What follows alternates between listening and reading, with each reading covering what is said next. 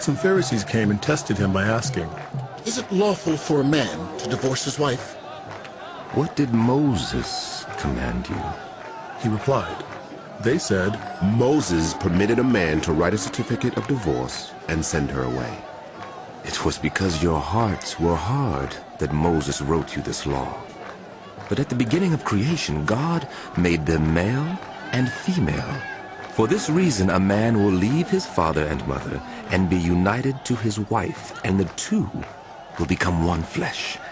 So they are no longer two, but one. Therefore, what God has joined together, let no one separate. When they were in the house again, the disciples asked Jesus about this.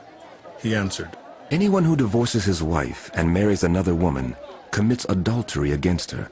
And if she divorces her husband and marries another man, she commits adultery.